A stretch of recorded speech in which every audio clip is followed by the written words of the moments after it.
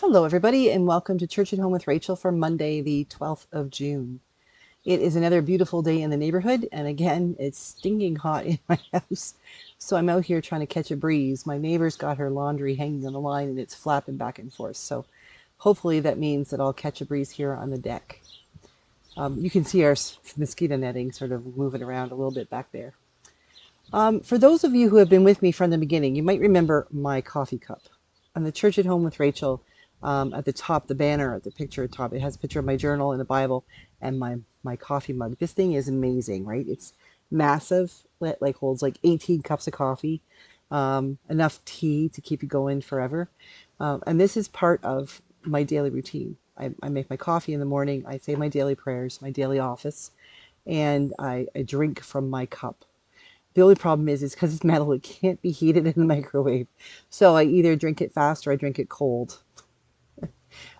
Occasionally, I will go import in a different cup and nuke it and put it back in the cup and drink it. But it usually just goes straight through me. So instead of an intravenous drip of coffee, I have my massive church at home cup of coffee. And the reason I'm holding this here, it actually doesn't have anything in it right now. It's too hot for coffee, and I'm still trying to figure out how to make iced coffee in my machine now that Rob has purchased an ice maker for our counter. It takes up so much space, it's huge. But for the summer, I think it's probably going to be a great thing, have this ice maker. But the reason I have this is because for me, this is something that it reminds me of prayer. It reminds me of relationship, because I got this from Rob a couple of years ago for Christmas, because he knows how much coffee I drink, especially first thing in the morning. Um, but it reminds me specifically of prayer and sitting down with God, having those conversations with God. And one of those conversations I have almost every morning is in meditation, and sort of saying, okay, God, where do we go today?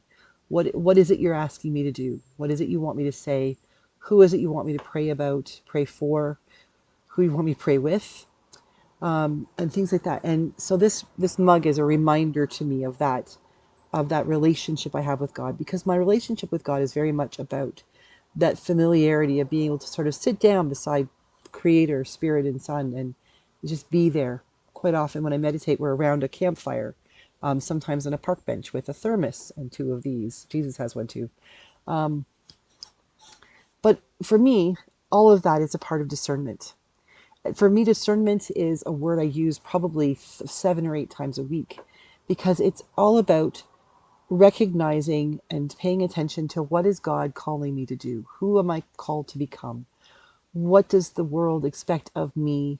And how can I serve the world if I'm serving in truly being the person God calls me to be?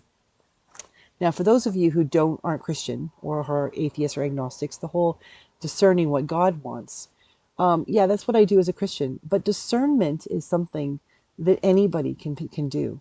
You need to be discerning about the person you choose to spend the rest of your life with. If you're thinking about changing your job, that takes discernment, sort of sitting down and thinking about the pros and cons. Do I have what it takes? Do I have to get more education? Am I overeducated? And is that okay? All of those questions to think about when we're making those big decisions about our lives takes discernment. And for me, this mug, this cup for coffee, tea, or whatever beverage I happen to put in it, is very much about discernment, because it's about sitting down and having a chat with the one who helps me discern. In my case, it's God. For some of you, it could be your spouse, it could be a best friend, a mentor, an advisor. Maybe it's your pet. I mean, they don't talk back, but maybe I always found with Dude that the fact that he didn't talk back was helpful, because I could then sort of say things out loud without saying it to you, and realizing that sometimes this happens when I say these things to you, that when you say it out loud, it's absolutely ridiculous. And this way, you can't get it back. But saying it to a dog, well, no harm, no foul. So that discernment's a big thing. The other thing about discernment, though, is it goes hand in hand with understanding what your vocation is. And my understanding of vocation is that work we're called to do. And for some people, that work is paid. Hopefully, for most people, the work that they choose to do, the work that they really love doing, is work that they get paid for. What better gig is it than to be able to go and get paid to do what you love to do? Because for some people, we talk about vocation being recognizing that vocation is also in itself the work that, like, it's work you do that doesn't feel like work. Like when you love your job, when you have a vocation, you never work a day in your life. You love what you do. You go to job, you go get up in the morning and you swing your feet out of bed and you're excited to go do what you're going to do. If you have that job, that vocation that you never, ever, ever, ever think you don't want to go to, then let me know how you get there. Because I love what I do, and I definitely feel called to be a priest, and I feel called to do this. I apologize for whatever sound that is. I think somebody's got a dirt bike running across the street. But the thing is that even when we fall into our vocation, even when we discern our way into our vocation, there's still going to be days and even seasons when it's still hard to go to work. That's just the way it is. Life isn't perfect. But our vocation, really thinking about our vocation, is that thing that we really are called to do. Now, for Christians, it's called by God. What is God asking us to do in our lives? Oh my heavens, they have no mufflers. Sorry, they're competing. Um, for Christians, it is, what is God calling us to do? How am I called to serve Christ in the world? And that we look for our vocation. Some people are priests, some people are teachers or doctors, some people are accountants, some people are landscapers, some people are stay-at-home mom or dad. Whatever you're doing, if you're doing it and able to do it for Christ and in Christ's name, awesome. You have found your vocation. If you're not Christian, your vocation is that thing that makes your heart sing when you go to do it, when you really enjoy it. So if you really love working with cars, maybe you're called to be a mechanic or a car salesman or a race car driver.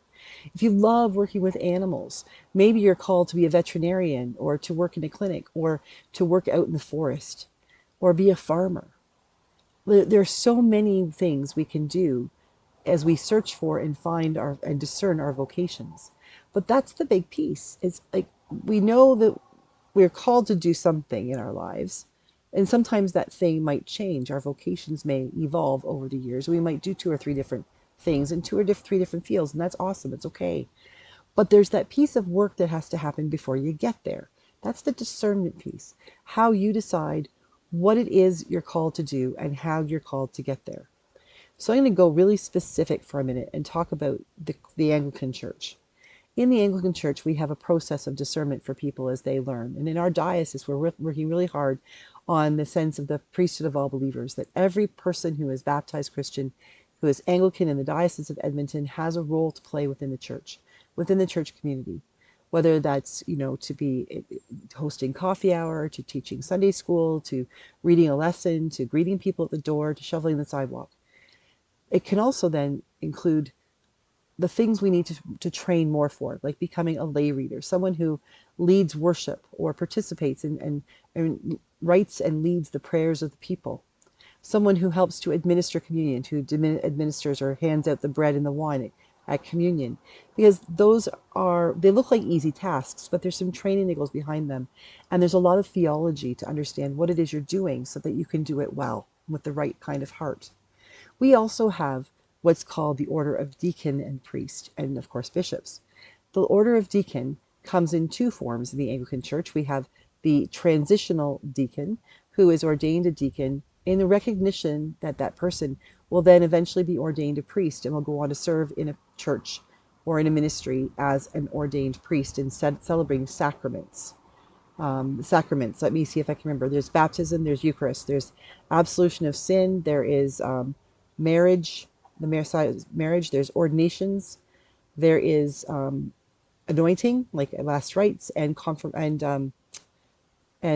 consecration, where the bishop confirms or consecrates someone. So I think if I'm wrong, which I might be, please correct me. But those are things that priests can do some of, and bishops have to do the rest. Bishops consecrate other deacons, priests, and bishops, and they do confirmations in the Anglican Church, and priests do all the rest of them as well. But deacons have a role as a servant. And as a transitional deacon, when moving into becoming a priest, you are called to lead the church in specific ways, preparing to become a priest. But the deacon, in all cases, does three specific things in the church and within the liturgy or Sunday worship. The deacon proclaims the gospel. They read the gospel, the good news of Jesus Christ from Matthew, Mark, Luke, or John to the congregation. They prepare the table. As a servant, they prepare the altar or the table, the holy table, for the celebration of communion or Holy Eucharist. And they dismiss. The deacons dismiss, because what they're doing, the deacon, and the role of a vocational deacon, more specifically, the deacon, the vocational deacon is someone who's called to be a deacon for life. The role that they have is that they are to work in the world. So they take the good news of Jesus Christ out of the church into the world, and then listen to the world and find out what the world needs and bring that back and share that information with the church. So the deacon is that bridge between the church itself and the world, and that is something that is discerned. Not everyone is called to that. Now, most often, a vocational deacon, a permanent deacon, works at another job, and they serve as a deacon as a part of that job. It's not a paid position. And hence, in some ways, it is probably one of the most difficult ones to discern, because you're not only discerning how God is calling you to serve for the rest of your life, because once you're ordained, you are not unordained, barring very specific and special circumstances, not good ones. But they serve in addition to also having a different kind of job, whatever that might be. And so for deacons, I would like, they really do, that sense of vocation, that sense of discernment is so incredibly, incredibly important. Another day I'll talk about ordination to the priesthood and what kind of discernment that requires and what it means. But I really want people to think about the fact that when we're called to a vocation, 9 times out of 10, we probably aren't going to be paid for that vocation. But that doesn't mean we're not called to do it. If it is what truly makes our hearts sing, then we should be doing it. And if we're lucky, if we're fortunate, maybe we'll get paid to do it as well. But it's the kind of work, our vocation is that kind of work that we would do even if we weren't paid. So as a matter of fact, we might pay somebody to let us do it. And that's really important, that sense of discernment and vocation. So as you discern in your life, what are the symbols that you have that remind you that you should discern? And who are the people you need to help you discern? And what is it that God is calling you to discern? Or if you're not Christian, what is it that the world, your sense of self, your spirituality is calling you to discern in your own life? Let me know what you're discerning.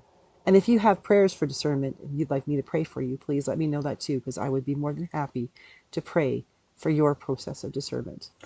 Have a great day. God bless, and I'll see you again tomorrow for Church at Home with Rachael.